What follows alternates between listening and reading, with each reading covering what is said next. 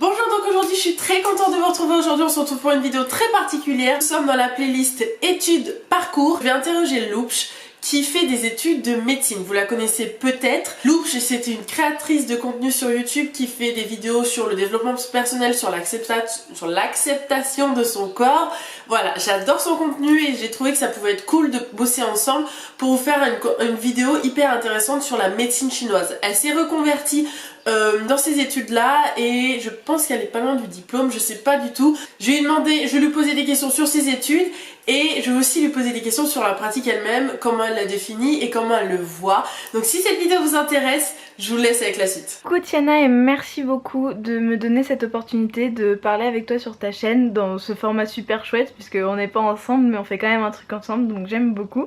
Alors déjà la première question je pense qui peut être hyper intéressante, c'est quelle étude t'as fait? Parce que c'est vrai que j'ai entendu dans tes vidéos que t'es passé de quelque chose qui était totalement différent de la médecine chinoise et j'aurais bien voulu que tu nous expliques un peu tout ça et voilà. Pour arriver à la médecine chinoise, ça n'a pas forcément de logique extérieure. En fait j'ai fait un bac L avec option musique renforcée, donc c'est 10 heures de musique en plus des trucs classiques du bac L. Puis ensuite j'ai fait une licence parcours renforcé sciences politiques, donc c'était une licence de lettres Sciences Po, donc j'ai principalement fait des sciences politiques et c'était super chouette. Mais je savais déjà en fait à partir de la L1 que c'était pas du tout ça ce que je voulais faire de ma vie et que c'était des super études, que j'allais finir la licence mais que je pouvais pas faire... je pouvais pas en faire ma vie après, qu'il n'y avait pas de métier qui m'intéressait en lien avec les sciences politiques quoi. Et du coup j'ai commencé à me renseigner sur la médecine chinoise et quand j'ai fini ma licence j'ai commencé ma première année de médecine chinoise tout en faisant un espèce de backup, tu vois, en me protégeant, en restant dans le milieu universitaire. J'ai fait une première année de master de genre et sexualité où j'ai fait un mémoire sur la réception de la pornographie par les femmes de plus de 35 ans. Voilà, et en fait ça m'a suffi de faire un mémoire, de faire une année. Je me suis dit que c'était pas pour moi la recherche et j'ai arrêté mon master et là cette année qui vient de se terminer j'ai fait ma deuxième année de médecine chinoise en faisant, que j'ai validé d'ailleurs, j'ai eu mon examen, je suis très contente, et en même temps j'ai fait un semestre de chinois. Voilà, donc petit à petit les choses se sont recentrées et je me suis concentrée exclusivement sur mon but qui était d'être praticienne en médecine chinoise. La deuxième question du coup qui suit la première, c'est comment as-tu l'idée de pratiquer la médecine chinoise et surtout de te lancer? Parce que c'est vrai que moi ça m'intéresse énormément, j'ai envie d'être patient de la médecine chinoise, j'ai envie d'aller chez un médecin qui pratique la médecine chinoise, mais c'est vrai que j'ai pas forcément envie de faire les études. Comment toi t'as eu le déclic et comment t'as eu l'envie de faire la médecine chinoise? J'ai toujours voulu que mon métier serve aux autres, c'est-à-dire que j'aide les autres à travers mon métier. C'est ce qui a fait que quand j'étais au lycée, je me disais que je me tournerais vers l'humanitaire et donc que je ferais des sciences politiques, mais c'était pas du tout ça, c'était pas du tout assez précis en fait. J'ai eu une espèce d'instinct de ce sur quoi je devais, ce vers quoi je devais revenir, qui était le toucher, le fait de travailler la personne, d'être un à un, tu vois. D'abord j'ai pensé à la psychologie et en fait j'étais pas forcément convaincue par la psychologie en elle-même et en fait je me suis rappelé, là maintenant que je suis là, je me suis rappelé que j'ai toujours fait des massages, genre pendant la récréation en école primaire, je faisais des massages aux personnes, à mes amis.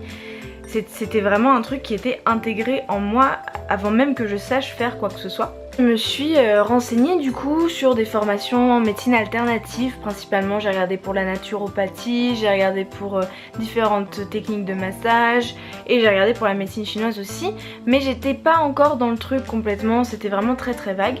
Puis en fait je suis allée voir une praticienne en médecine chinoise et j'ai adoré. C'est-à-dire que j'ai eu l'impression que c'était la solution à tout, qu'il y avait tout dans cette médecine pour répondre à tous les problèmes en fait. Et c'était incroyable. Et en fait, ça m'a tournée vers la médecine chinoise. Et c'est vraiment au moment où j'ai fait les portes ouvertes de l'école que j'ai choisie que j'ai tenu une aiguille dans ma main parce qu'ils nous ont fait un exercice où on pouvait piquer une balle avec une aiguille. Et j'ai tenu ça et j'ai eu cette espèce de certitude que j'étais sur la bonne voie et que c'était ça ce que je devais faire de mon existence, tu vois. Donc vraiment... Ça a été un mélange de recherche et d'instinct. La troisième question, c'est vrai que ça m'a un peu interrogée parce que je me suis posé la question de comment t'as trouvé pour faire la médecine chinoise. Où t'as trouvé déjà? Est-ce qu'il y a beaucoup d'écoles pour faire les études de médecine chinoise? Est-ce qu'il faut avoir une base de médecine traditionnelle? J'aime pas trop ce mot, mais tu vois, la médecine que tout le monde connaît, est-ce qu'il faut avoir une base de ça pour pratiquer la médecine chinoise ou c'est totalement différent? Et la question qui va aussi avec, est-ce que t'as passé un concours, un examen à l'entrée? Alors il n'y a pas de concours à l'entrée, je pense, dans aucune école de médecine chinoise, en tout cas dans la mienne il n'y en a pas. Il faut juste avoir plus de 18 ans, je pense même pas que ce soit nécessaire d'avoir le bac en fait, peut-être que je me trompe, hein. Mais je crois qu'il n'y a vraiment aucun truc à avoir au préalable. C'est juste en fait que c'est une école payante, donc du coup bah forcément ils s'adaptent en fonction du public qu'ils ont. Et non, ce n'est pas lié aux études de médecine occidentale non plus, c'est vraiment à part, puisqu'en plus en France la médecine chinoise n'est pas encore reconnue en tant que telle. L'acupuncture l'est, mais la médecine chinoise dans sa globalité ne l'est pas encore totalement. Et en fait, à part des grandes connaissances en anatomie qu'il faut avoir, qui sont communes du coup à la médecine occidentale et à la médecine chinoise, les enseignements ne sont pas similaires et surtout la médecine chinoise ne s'apprend pas à l'université alors que la médecine occidentale bah, c'est à l'université que ça se passe, il n'y a pas d'école privée de médecine en France quoi. Donc du coup, il y a quand même de grandes différences entre les deux qui font que c'est deux médecines complémentaires en fait. Il existe beaucoup d'écoles de médecine chinoise en France et le truc c'est qu'elles sont plus ou moins légitimes, tu vois. Et moi j'ai choisi la mienne pour plusieurs raisons. Donc je suis à l'IMTC, l'Institut de médecine traditionnelle chinoise. Je l'ai choisi pour son ancienneté parce que ça fait 25 ans que cette école existe. Parce qu'aussi c'était la moins chère de ce que je trouvais. Donc c'était, je te dis les prix quand même, c'était 1800 € l'année plus d'autres frais autour qui font qu'à peu près une année coûte 2300-2400 € et c'est sur 5 ans. Et c'était la moins chère de toutes celles que j'ai trouvées.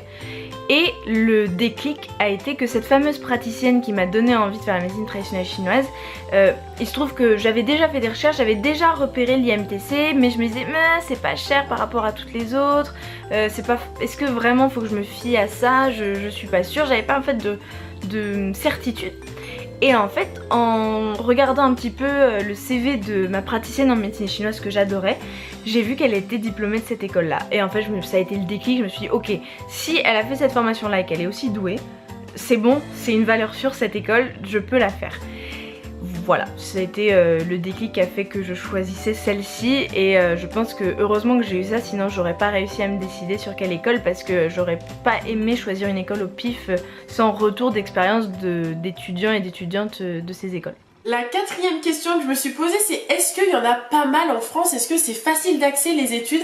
On connaît quasiment tous que la pratique de la médecine chinoise se fait, mais les études c'est quand même relativement rare d'en entendre parler, donc je voulais savoir est-ce que c'est quelque chose qui était facile d'accès pour toi? Est-ce que tu l'as trouvé facilement autour de chez toi ou t'as dû peut-être sortir de ta ville, t'excentrer? Désolée, j'ai répondu un peu à cette question déjà juste avant. Mais du coup, il existe, oui, beaucoup d'écoles. Le truc, c'est que certaines sont pas renommées, sont pas légitimes, viennent juste d'ouvrir, sont un peu faites à l'arrache. Donc, faut vraiment faire ses recherches pour trouver les bonnes écoles parce que, bah, comme je disais juste avant, c'est pas forcément contrôlé par une quelconque instance étatique, c'est plutôt des syndicats qui s'occupent de ça.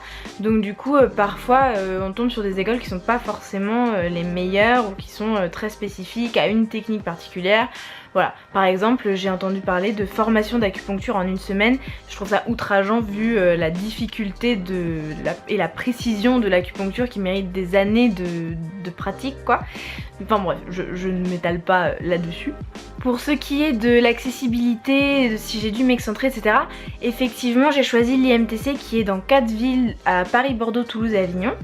Et du coup, je suis allée à Paris parce qu'en plus, je faisais mon master en même temps. Mais j'aurais pu choisir d'autres écoles sans aucun problème. Je sais qu'il y en avait une à Poitiers par exemple, mais j'ai choisi celle-ci parce que c'était voilà, tout concordé pour que j'aille prendre celle-ci. Et en fait, la seule chose qui pour moi fait que ces écoles ne sont pas faciles d'accès, que ces études ne sont pas faciles d'accès, c'est qu'elles sont payantes en fait. C'est qu'il n'y a pas d'université, il n'y a pas de système qui permet d'y accéder sans payer. Et pour moi et ma famille, 2400 € c'est gérable pendant 5 ans. Pour beaucoup de gens c'est pas gérable, notamment que c'est l'école la moins chère qui existe quoi. Du coup je dirais que c'est ce qui fait que ces études ne sont pas faciles d'accès, c'est leur prix. Mais à part ça, si tu fais tes recherches correctement, et que ce soit pour la médecine chinoise ou pour la naturopathie ou toutes les études de médecine alternative, je pense que c'est la même chose. Faut vraiment juste trouver la bonne école, et sinon je pense que c'est très accessible si on a les moyens de mettre le prix qui va avec quoi. Ne parlons pas du prix des études d'école de naturopathie, c'est 9000 € l'année, c'est hallucinant. Bref, je m'arrête là. Alors maintenant, si tu veux bien, on va passer par les questions un peu plus techniques, un peu plus vraiment médecine chinoise. Parce que je pense que c'est une médecine qui est un peu connue de tous, mais on connaît pas forcément la définition, pas forcément exactement les pratiques. Donc là, ça va être la catégorie pratique de la médecine chinoise. Déjà, je voulais te poser la question, est-ce que tu as déjà été patiente de la médecine chinoise? Alors oui, j'ai déjà été patiente de la médecine chinoise plusieurs fois pour différents praticiens. J'ai commencé la médecine chinoise, en fait c'est grâce au fait que je sois patiente, comme je disais, que j'ai découvert la médecine chinoise et que j'ai voulu faire ces études. C'est vrai que je trouve ça bizarre, j'ai des personnes autour de moi qui ont commencé les études de médecine chinoise sans jamais avoir été traitées avec ces outils là quoi.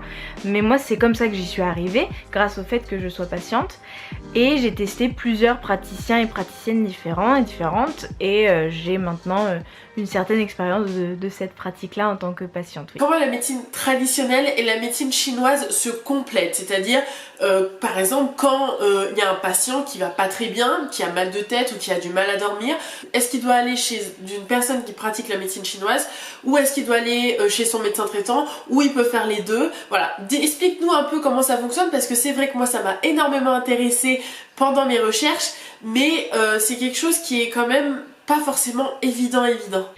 Pour ce qui est du lien entre médecine occidentale et médecine traditionnelle chinoise, je te dirais que il faut surtout pas tomber dans le piège de l'opposition, que tu choisis soit l'une soit l'autre.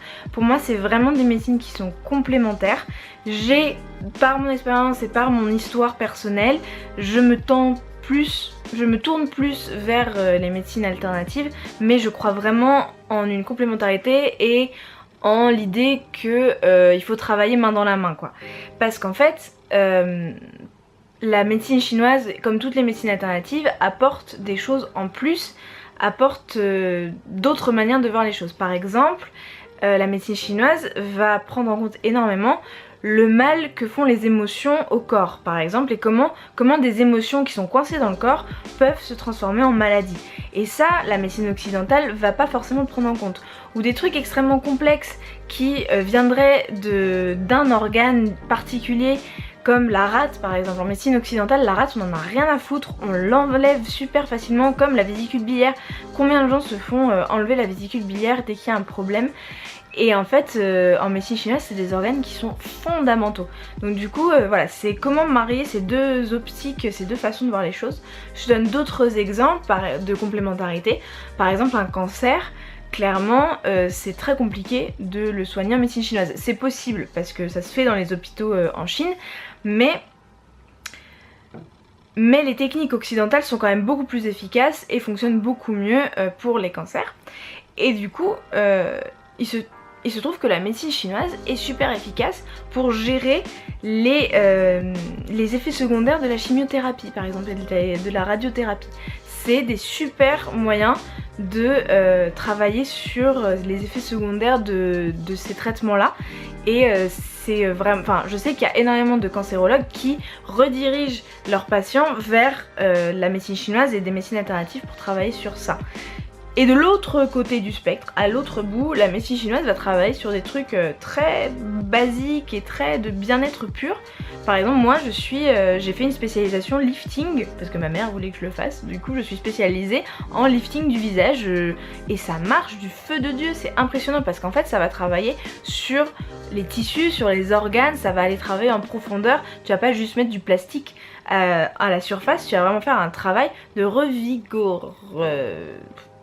de remise en forme du visage, et vraiment c'est très impressionnant les résultats que ça donne. Moi j'étais époustouflée. Par exemple ma mère, quand je l'ai fait la première fois, le lendemain matin elle avait, tu sais, tout ce qui tombe là quand on vieillit, c'était remonté.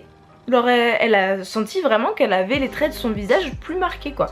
Donc voilà, ça c'est un autre exemple de ce que pourrait faire la médecine chinoise, que la médecine occidentale ne fait pas sans injection de plastique quoi. Bon, je pense que maintenant nous n'avons plus besoin de prouver les bienfaits de l'acupuncture parce qu'on l'utilise maintenant dans les hôpitaux, c'est énormément démocratisé. Mais je voulais savoir, est-ce qu'il y avait d'autres pratiques qu'on ne connaît pas? Parce que c'est vrai qu'il y a l'acupuncture, j'ai entendu aussi parler du yoga, qui est aussi une pratique utilisée pour soigner des patients. Je voulais savoir s'il y en avait d'autres, comment vous les donnez, pourquoi vous les donnez, et voilà. Alors je trouve cette question super pertinente parce que c'est vrai que on réduit très souvent la médecine chinoise à l'acupuncture alors que c'est beaucoup plus que ça.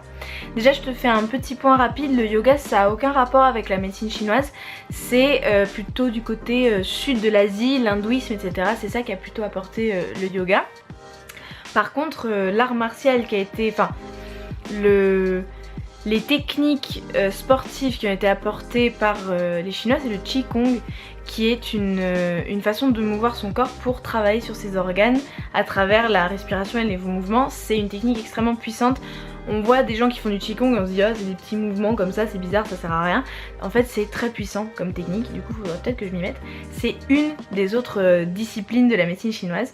Mais tu as aussi le massage Tuina, qui est un massage en profondeur, pas forcément très agréable. Tu as la médecine manuelle. La médecine manuelle, c'est en fait, je raconte l'histoire ici parce que peut-être que les gens ne savent pas. L'origine de l'ostéopathie, en fait, c'est la médecine manuelle chinoise. Parce qu'en fait, on dit que l'ostéopathie vient des États-Unis il y a 200 ans. Ça a été inventé, créé à ce moment-là. En fait, l'histoire de l'ostéopathie, c'est que c'est un Américain, je sais plus qui était sur les chantiers des chemins de fer. Et en fait c'était que des travailleurs chinois qui travaillaient sur, ou pratiquement que des travailleurs chinois qui travaillaient sur la création des chemins de fer aux États-Unis. Et en fait ils voyaient que, vu que c'était un travail extrêmement physique, qu'ils se faisaient des manipulations super souvent, qui travaillaient sur le corps et qui se remettaient le corps en place de façon assez époustouflante. Et en fait ils faisaient de la médecine manuelle.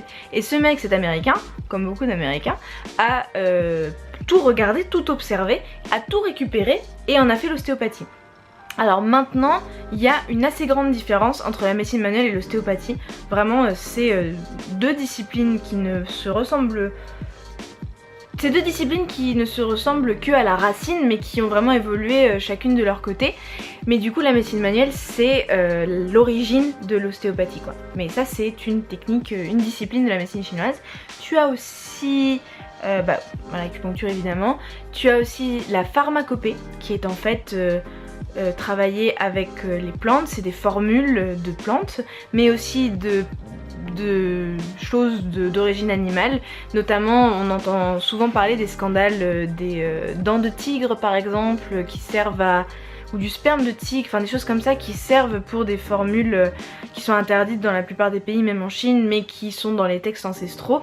Et donc du coup ça crée des massacres etc. Bon ça fait partie des trucs de pharmacopée ancestraux. Mais maintenant il y a tout un travail sur ça évidemment. Et moi en tant que végane évidemment je n'utiliserai que les plantes de cette discipline là. Et enfin une discipline qui me tient énormément à cœur, c'est la diététique. Et la diététique chinoise est vraiment assez incroyable. Je suis vraiment fascinée par cette discipline parce que ça nous donne une autre perspective complètement sur comment on devrait s'alimenter. Et ça travaille beaucoup sur la boisson et sur comment on doit boire. Et ça je trouve ça fascinant. Bon bah voilà, moi j'ai terminé de répondre. Merci beaucoup Tiana de m'avoir donné la parole sur ta chaîne. J'ai vraiment adoré l'expérience parce que j'ai trouvé tes questions super pertinentes. Donc merci beaucoup.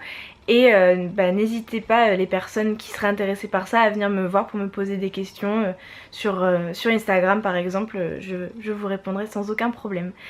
J'espère que cette interview vous a plu, vous a intéressé. Moi c'est quelque chose qui m'intéresse énormément parce que déjà je pratiquais déjà l'acupuncture, donc voilà, j'ai déjà été un peu touchée par cet environnement là. J'adore la médecine chinoise, j'aimerais être patiente de la médecine chinoise, mais voilà, il n'y en a pas forcément autour de chez moi, je sais pas forcément comment l'utiliser, donc c'est pour ça. Donc j'espère qu'en tout cas vous ça a répondu un peu à vos questions, moi ça aura répondu à mes questions en tout cas. J'espère en tout cas que ça vous aura intéressé. Allez voir Loups parce qu'elle va faire un contenu hyper intéressant sur le développement personnel, sur l'acceptation de soi, elle fait des favoris aussi. Donc voilà, je vous conseille vraiment d'aller la voir parce qu'elle est vraiment super cool comme fille. Si vous lui posez des questions, elle répondra toujours. Donc je vous fais de gros bisous, à une prochaine vidéo.